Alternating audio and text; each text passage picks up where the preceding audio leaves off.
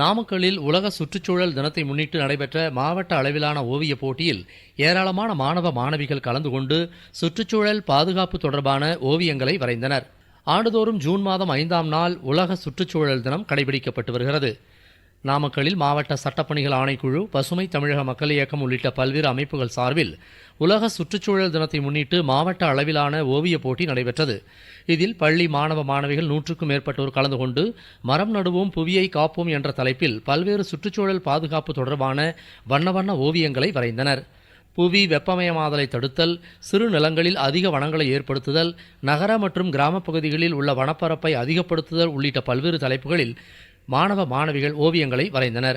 இதனை நாமக்கல் மாவட்ட சட்டப்பணிகள் ஆணைக்குழுவின் அரசு எதிர்த்தரப்பு வழக்கறிஞர் திரு ஆர் இளஞ்செழியன், பசுமை தமிழக மக்கள் இயக்கம் மற்றும் கல்வி நிறுவனங்களின் தலைவர் வ சத்தியமூர்த்தி, செயலாளர் மா தில்லை சிவகுமார் உள்ளிட்டோர் பார்வையிட்டு வெற்றி பெற்ற மாணவ மாணவிகளுக்கு மரக்கன்றுகள் மற்றும் சான்றிதழ்களை வழங்கி பாராட்டினர்.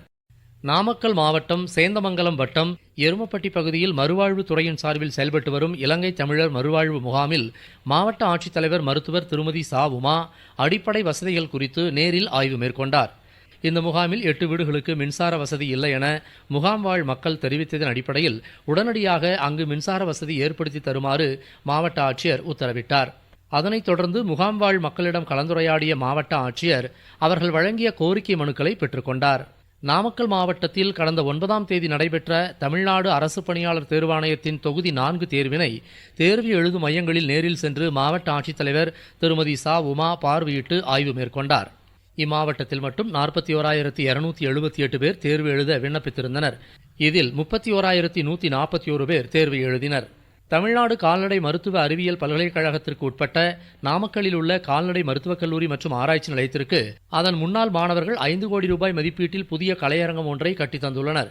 இதன் திறப்பு விழா நிகழ்ச்சி அவ்வாராய்ச்சி நிலைய வளாகத்தில் நடைபெற்றது. இதில் சிறப்பு விருந்தினராக கலந்து கொண்ட தமிழ்நாடு கால்நடை மருத்துவ அறிவியல் பல்கலைக்கழக துணைவேந்தர் டாக்டர் KN செல்வகுமார் புதிய கலையரங்கத்தை திறந்து வைத்து விழா மலரை வெளியிட்டார். மேலும் இந்நிகழ்ச்சியில் புதிய கலையரங்கம் அமைப்பதற்கு நன்கொடை வழங்கியவர்களுக்கு பாராட்டு தெரிவிக்கப்பட்டது.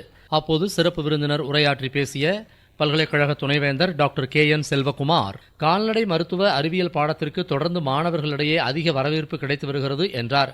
BVSC பாடத்திற்கு 660 சேர்க்கை இடங்களும், உணவு, கோழி இனம், பால்வளம் ஆகிய தொழில்நுட்ப பட்டப்படிப்புகளுக்கு 100 இடங்களும் மாணவர்கள் சேர்க்கைக்காக ஒதுக்கீடு செய்யப்பட்டுள்ளது என்றும் அவர் குறிப்பிட்டார்.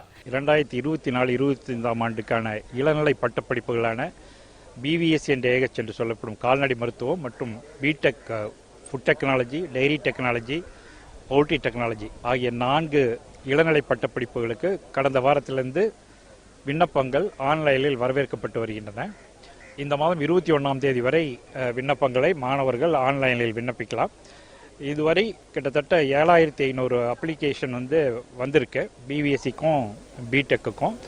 இந்த முறை மாணவர்கள்லாம் +2 மதிப்பெண்கள் அடிப்படையில், அதாவது உயிரியல் பயாலஜியில் 100 மதிப்பெண்களும், கெமிஸ்ட்ரி ஃபிசிக்ஸில் 50-50 மொத்தம் 200 மார்க்கு கட் ஆஃப் எடுத்து அதிலிருந்து +2 மதிப்பெண் அடிப்படையில் மாணவர்கள் தேர்ந்தெடுக்கப்படுவார்கள். ஸோ இந்த வருஷம் மொத்தமாக BVSC நிகழ்ச்சிக்கு 660 இடங்களும், BTech ஃபுட் டெக்னாலஜிக்கு 40 இடங்கள், BTech பவுல்ட்ரி டெக்னாலஜிக்கு 40 இடங்கள், BTech டைரி டெக்னாலஜி 20 இடங்கள் ஆக டெக்னாலஜி கோர்ஸ்க்கு 100 இடங்களும், BVSC நிகழ்ச்சிக்கு 660 இடங்களும் நிரப்பப்பட உள்ளன. நாமக்கல் மாவட்டத்தில் தேசிய கால்நடை நோய் தடுப்பு திட்டத்தின் கீழ் கால்நடைகளுக்கு 5வது சுற்று கோமாரி நோய் தடுப்பூசி பணிகள் கடந்த 10ஆம் தேதி தொடங்கி நடைபெற்று வருகின்றது. மாவட்டத்தில் மொத்தமுள்ள 2,98,400 கால்நடைகளுக்கு கோமாரி நோய் தடுப்பூசி போடப்பட்டு வருகிறது. கால்நடை வளர்ப்போர் தங்கள் கால்நடைகளுக்கு அந்தந்த பகுதி கால்நடை உதவி மருத்துவர்களால் குறிப்பிட்ட தேதியில் நேரில் அழைத்துச் சென்றும் வீடு தேடி நடத்தப்படும் முகாம்களிலும் கால்நடைகளுக்கு தடுப்பூசி போட்டுக் கொண்டு வருகின்றனர். இதற்காக மாவட்டத்தில் கால்நடை உதவி மருத்துவர்கள், கால்நடை ஆய்வாளர்கள், கால்நடை பராமரிப்பு உதவியாளர்களை கொண்ட 105 தடுப்பூசி குழுக்கள் அமைக்கப்பட்டு அனைத்து குக்கிராமங்களுக்கும் நேரில் சென்று அந்தந்த கிராமங்களிலேயே கோமாரி நோய் தடுப்பூசி பணிகள் நடைபெற்று வருகின்றன. தொட்டியம்பட்டி பகுதியில் நடைபெற்ற இந்த முகாமில் 150க்கும் மேற்பட்ட கால்நடைகளுக்கு தடுப்பூசி போடப்பட்டது. இதன் ஒரு பகுதியாக ராசிபுரம் ஊராட்சி ஒன்றியத்திற்குட்பட்ட அணைப்பாளையம் பகுதியில் நடைபெற்ற கோமாரி நோய் தடுப்பூசி முகாமை மாவட்ட ஆட்சித்தலைவர் திருமதி சா உமா நேரில் பார்வையிட்டு ஆய்வு செய்தார்.